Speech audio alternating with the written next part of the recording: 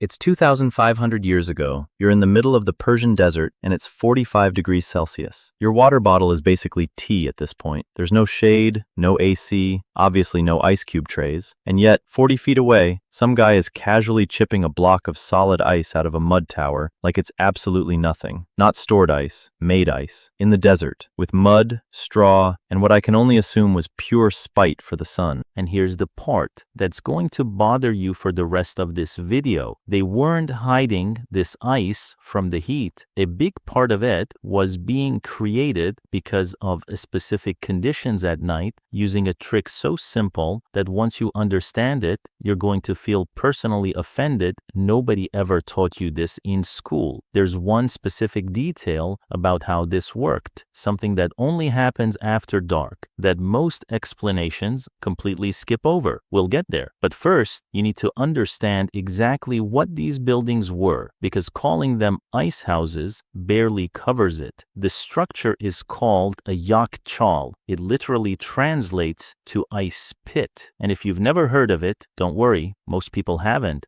because it doesn't fit into the story we usually tell about the ancient world. We picture temples, pyramids, empires, wars. We don't picture Persian engineers over 2,000 years ago solving a problem that most of the world wouldn't have a real answer for until mechanical refrigeration showed up. How do you keep something cold when the entire environment is actively trying to warm it? Most people assume the answer is simple. Dig a hole, drop some ice in, cover it up, done. That's not what actually happened here. What the Persians built was closer to a passive cooling and storage system using nothing but shape, materials, and a sharp understanding of how heat moves long before anyone had the physics vocabulary to describe it properly. And some of these structures, the one in Yazd being the most famous, are still standing today, over 2,000 years later, made of mud in a desert, while plenty of buildings from the last 50 years are already falling apart. So the real question isn't, did ancient Persians have ice? The real question is, how does a building sitting in one of the hottest climates on the planet end up generating ice from scratch with no machinery involved at any point? And the answer starts with the shape of the building itself. Look at a Yakhchāl from the outside, and the first thing you notice is that it's shaped like a cone, in some cases rising well over 60 feet, tapering to a point at the top. That shape isn't decoration, it's function. A tall, narrow cone exposes far less surface area to direct sunlight than a flat-roofed building of the same size would. Less exposed surface means less heat soaking in throughout the day, and the same shape naturally pulls warm air upward and vents it out through the top, almost like a chimney running in reverse, constantly pushing heat away from the space below instead of letting it sit and build up. So before we even get to the ice itself, the building is already doing work, reducing how much heat gets in and clearing out whatever does. But shape alone means nothing if the material holding that shape lets heat through anyway, which brings us to the walls. The walls of a Yakhchāl are often over 2 meters thick at the base, built using a mortar called sarud, a mixture of sand, clay, ash, lime, and in many traditional recipes, egg white and goat hair. I want you to sit with that ingredient list for a second, because it reads like a recipe someone made up as a joke. Egg whites, goat hair, holding up a wall. But saruj is essentially an early form of waterproof, crack-resistant concrete, and for this specific job, it may actually outperform a lot of modern building material. It has very low thermal conductivity, meaning heat from outside has a genuinely hard time making its way through to the inside. The desert can be sitting at 45 degrees, and the interior of a well-built Yakhchāl can stay close to freezing, even in peak summer. Not because it's blocked from the sun, because the wall itself is built to resist just letting that heat pass through at all. Put the shape and the wall together, and you've got a structure that fights off heat from every angle all day without lifting a finger. That explains how the ice, once it existed, was able to survive inside. It does not explain how ice appeared in the first place in a place where the daytime air almost never drops anywhere near freezing. And this is the part that trips almost everyone up, because on paper, the math shouldn't work. You can't freeze water when the surrounding air stays above zero all day and most of the night too. That's not opinion, that's basic physics. So either something else was going on, or the Persians had figured out a detail about heat that most of us were never taught. It's the second one. And once I explain it, you're going to start noticing this exact phenomenon in your own life on clear cold nights without ever realizing what you were actually looking at. Here's the detail that makes the whole thing possible. On a clear night, an object exposed directly to open sky can radiate its heat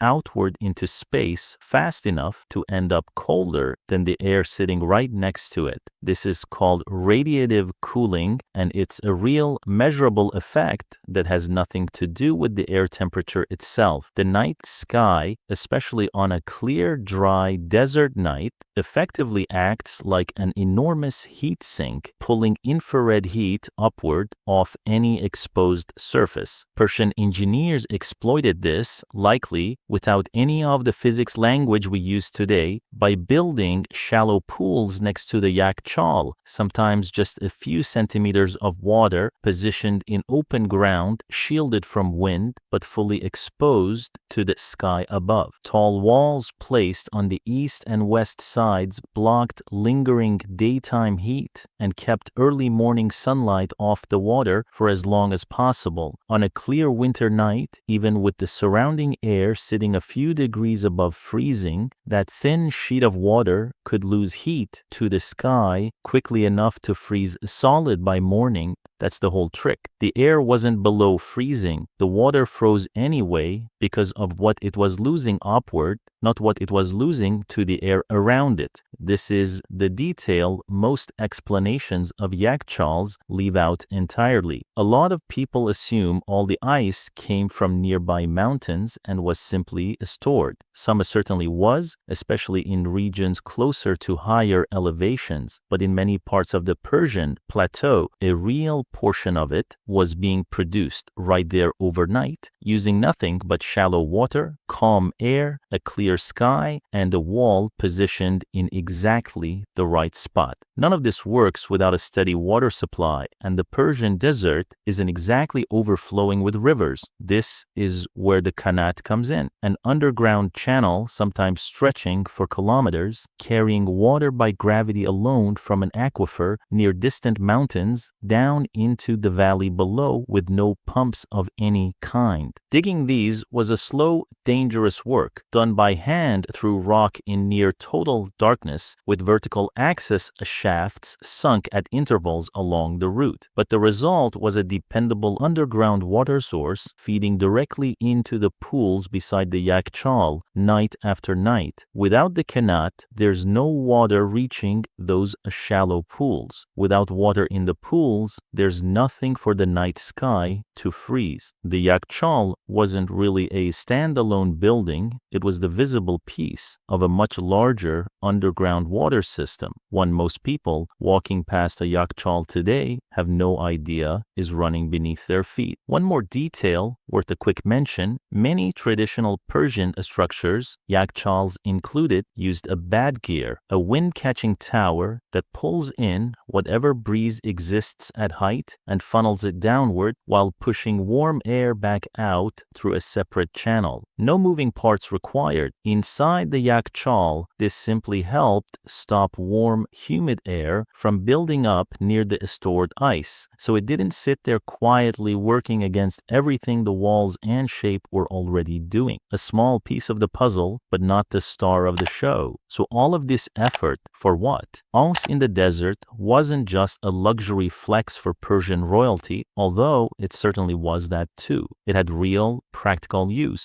Ice and the snow packed into these structures helped preserve food through brutal summer months, extending how long meat and produce could last before spoiling. It had medicinal use, cooling fevers in a climate where heat stroke was a genuine common danger. And it was also used to make one of the earliest recorded frozen treats in history, falude, a semi-frozen mix of thin noodles, rose water, and fruit syrup, which many food historians consider an early relative of modern sorbet. Sit with that chain for a second. Ancient Persia, using nothing but night sky, shallow water, and underground channels, was producing something that looks a lot like an early frozen dessert, long before anyone on Earth had built a mechanical freezer. Next time someone's impressed, you can get ice cream delivered in 20 minutes. Remember, there was a civilization doing something in the same category with none of our modern technology. None of this ran itself either. Yakhchāls needed constant, skilled upkeep. Someone had to check the pools each morning and harvest the ice before the sun climbed too high, cutting it into blocks and moving it into the insulated pit below, often packed between layers of straw. Someone had to maintain the sarouge plaster, which could crack under repeated extreme temperature swings if left unattended. Someone had to keep the qanat clear of silt and debris, deep underground, far from daylight. This wasn't a set-it-and-forget-it trick. It was working infrastructure, kept alive generation after generation, the same way any serious skill survives, because someone bothered to teach the next person before they were gone. And here's the thing that should genuinely mess with how you think about old technology. We tend to draw this mental line where real engineering starts somewhere around the industrial era, and everything before that gets filed under primitive. A Yakhchāl doesn't really fit that label. It's a multi-part passive system solving a problem that modern building design is only now starting to take seriously again. And that's not just a dramatic line for effect. Today, architects and researchers working on low-energy, sustainable building design have looked at structures like the Yakhchāl, along with wind towers and qanats, as real examples of passive cooling that needs no mechanical refrigeration and very little ongoing energy input. In parts of the modern Middle East, wind tower-style designs have been reintroduced into newer buildings, specifically because they can meaningfully cut cooling costs compared to running air conditioning constantly. There's also active research into radiative cooling materials and panels, built on the same underlying principle those Persian engineers were relying on, losing heat to a clear night sky faster than the surroundings can replace it. So some of the more forward-looking ideas in climate-conscious building design today are, at their core, revisiting a principle that was already working quietly in the Persian desert well over 2,000 years ago. It's less that we invented something entirely new, and more that we spent a long stretch of time brute-forcing the same result with powerful machines, and are now circling back toward a simpler answer, partly because running all that machinery at scale turned out to come with its own costs. So go back to that image from the start. You, standing in the Persian desert, water basically boiling in your hand, watching someone casually pull a block of solid ice out of a mud tower like it's nothing. It wasn't magic and it wasn't luck. It was a cone-shaped building made of waterproof mud plaster, sitting beside a shallow pool fed by an underground channel carved through rock, losing its heat to a clear night sky faster than the air around it could replace it, then storing that ice inside walls specifically built to keep the desert out. Every piece of that system had to exist for the whole thing to work, and generations of people figured it out with no machinery and no earlier example to copy from. That mud tower in the middle of nowhere isn't primitive. It's one of the more quietly impressive pieces of engineering the ancient world left behind, and parts of it are still standing today. If you enjoyed this one, hit like, and if you want to see what else people figured out without modern technology, subscribe. I've got some pretty crazy ones coming.